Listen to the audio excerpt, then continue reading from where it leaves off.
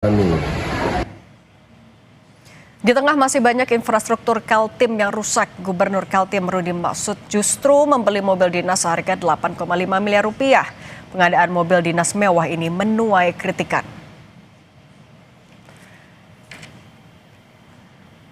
Salah satu kritik datang dari pengamat kebijakan Universitas Mula Warman, Saiful Bahtiar, yang mempertanyakan urgensi pengadaan kendaraan mewah itu. Apakah benar-benar berkaitan marwah Kaltim atau justru kepentingan elit pimpinan? Saiful juga menyoroti peran tim anggaran pemerintah daerah dan badan anggaran DPRD Kaltim. Ia mempertanyakan dasar logika para penyusun anggaran yang meloloskan angka 8, miliar rupiah tersebut. Pemprov Kaltim hari ini kita terhenti sementara. Tetapi tidak memperhatikan prinsip dasarnya. Prinsip dasar dalam penyusunan APBD itu adalah pertama misalnya harus memperhatikan asas efektif dan efisien. Jadi anggaran itu memang terukur, terarah dan tepat sasaran. Yang kedua bahwa dalam penyusunan anggaran itu harus memperhatikan skala prioritas urusan-urusan publik. Anggota DPRD Komisi 12 Dapil Kaltim, DPR RI Komisi 12 Dapil Kaltim, Syafruddin menyebut pengadaan mobil gubernur senilai 8,5 miliar rupiah tidak cocok di tengah upaya efisiensi akibat menurunnya transfer ke daerah atau TKD. Menurutnya, kebijakan ini sangat mengecewakan rakyat yang hidupnya pas-pasan. Kebijakan ini tidak mencerminkan pemimpin yang punya kepekaan pada rakyat. Kita harus melihat keadaan dan kondisinya rakyat itu. Betul. Masa pejabatnya bermewah-mewah, rakyatnya bersusah-susah gitu kan? Iya nih, tapi katanya Pak Gubernur itu kan untuk menjaga marwahnya gitu loh. Nah ini yang salah saya kira. Marwah itu dijaga bukan dilihat atau diukur dari alat transportasi atau alat mobilitas ya, bukan.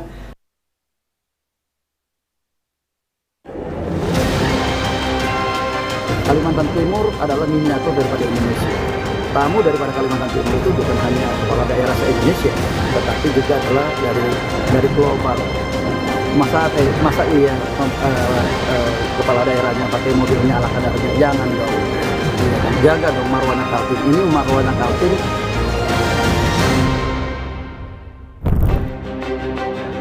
Kendaraan mewah ini adalah kendaraan pribadi milik Gubernur Kalimantan Timur Rudy Maksud yang sering digunakan untuk kunjungan kerja. Namun, Gubernur Kalimantan Timur Rudy Maksud membeli kendaraan serupa dengan fasilitas lebih mewah sebagai mobil dinasnya. Mobil senilai 8,5 miliar rupiah sudah direncanakan sejak November 2025. Gubernur Kaltim mengklaim pengadaan mobil ini sudah sesuai dengan peraturan Mendagri yang membatasi kapasitas mobil hanya 3.000 cc. Namun, walau diklaim sebagai mobil dinas, Rudy Maksud menyebut mobil ini justru berada di Jakarta, bukan digunakan untuk kegiatan dinas di Kalimantan Timur. Terkait pemberitaan yang 8,5 M itu, Pak Gub, yang di LPS itu? Sesuai dengan Permendagri nomor 7 tahun 2006 bahwa pengadaan mobil untuk kepala daerah jenis sedan adalah 3.000 cc. Untuk jenis Jeep adalah 4.200 cc. Mobil yang kamu adakan hanya yang 3.000 cc. Persoalan harga, ada rupa, ada harga. Ada mutu, ada kualitas, ada harganya. Kami tidak mengikuti berapa harganya, kami hanya pesan mobilnya itu saja. Sesuai dengan Permendagri. Sudah dicoba nggak, Pak? Di Jakarta. Oh, belum di mobilnya ada di Jakarta, karena memang dipakai untuk di Jakarta. Oh. Kontroversi pengadaan kendaraan dinas ini mencuat di tengah kebijakan efisiensi anggaran. Wakil Menteri Dalam Negeri Bima Arya meminta Pemprov Kaltim untuk mengevaluasi kebijakan membeli mobil dinas seharga 8,5 miliar rupiah.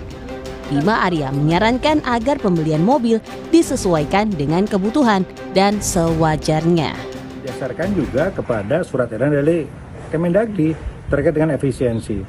Karena itu Pak Menteri juga sudah berkomunikasi dengan Pak Gubernur. Saya juga secara langsung telah berbicara dengan Pak Gubernur, menyarankan kepada Pak Gubernur untuk meninjau kembali, melakukan evaluasi terkait dengan pembelian kendaraan dinas silakan Pak Gubernur berkoordinasi dengan bagian keuangan agar melakukan langkah-langkah yang sesuai dengan prinsip-prinsip efisiensi.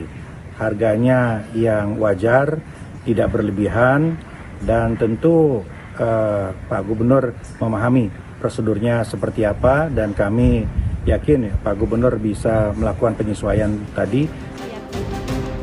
Gubernur Kalimantan Timur Rudi Masud memang kerap membagikan aktivitas meninjau sejumlah daerah dengan medan berat menggunakan kendaraan pribadinya di Instagram.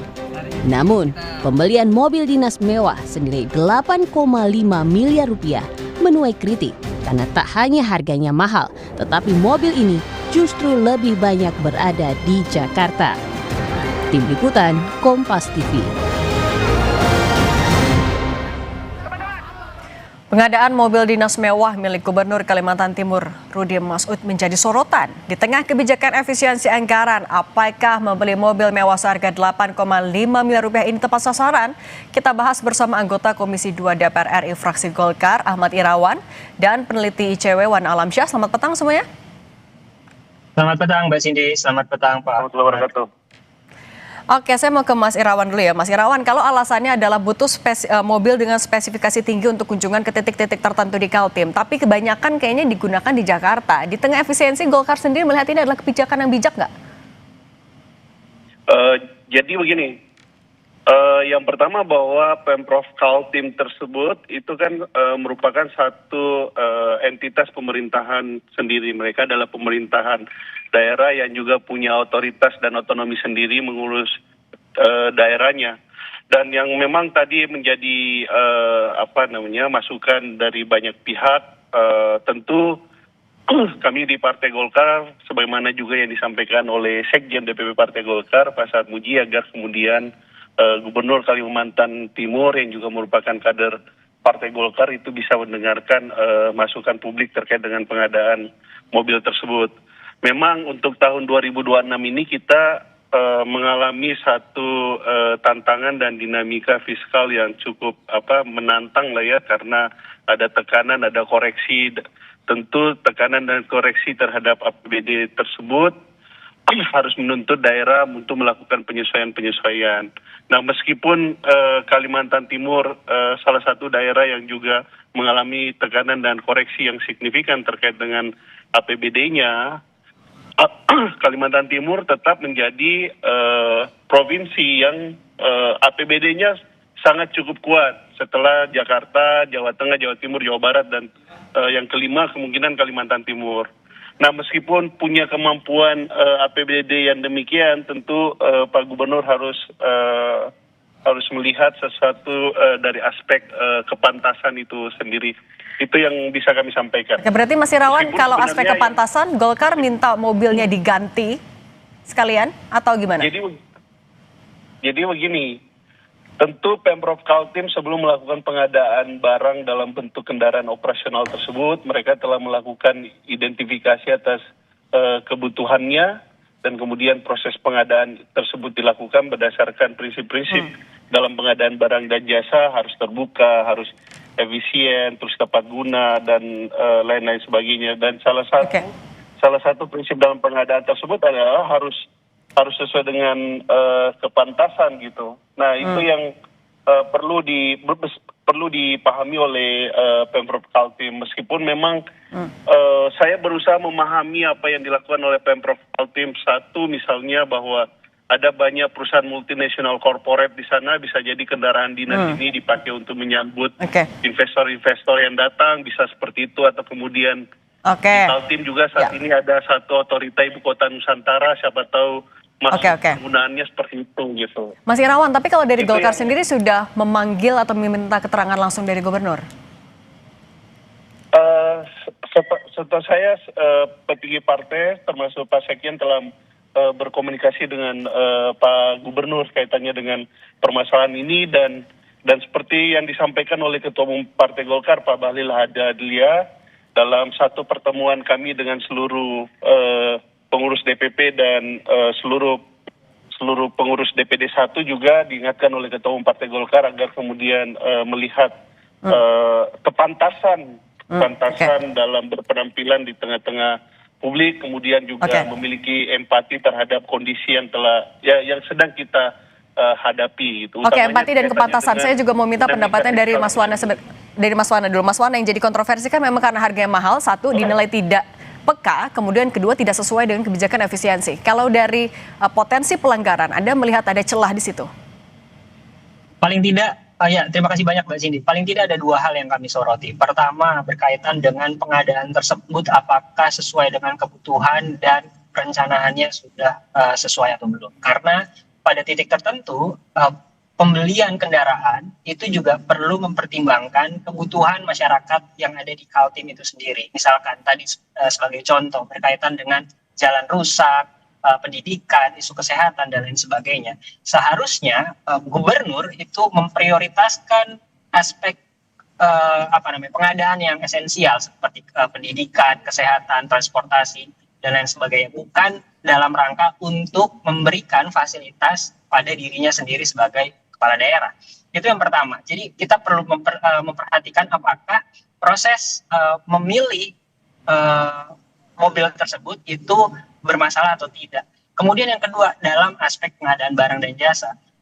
Kemarin malam kami mencoba untuk melakukan pengecekan terkait dengan proses perencanaan di dalam sistem informasi rencana umum pengadaan milik Provinsi Kalimantan Timur.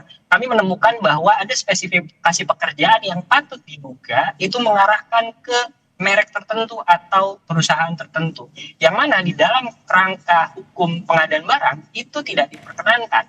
Karena itu nanti akan menimbulkan potensi persekongkolan atau bahkan potensi permainan harga begitu. Dan ini yang kami waspadai dan kami khawatirkan sehingga harapan kami adalah Inspektorat Jenderal Kementerian Dalam Negeri itu wajib untuk melakukan penelusuran atau pengawasan atau melakukan audit terhadap pembelian mobil yang dilakukan oleh gubernur. Begitu. Mas Wana, tapi berarti audit ini juga termasuk kepada DPRD yang sudah menyetujui?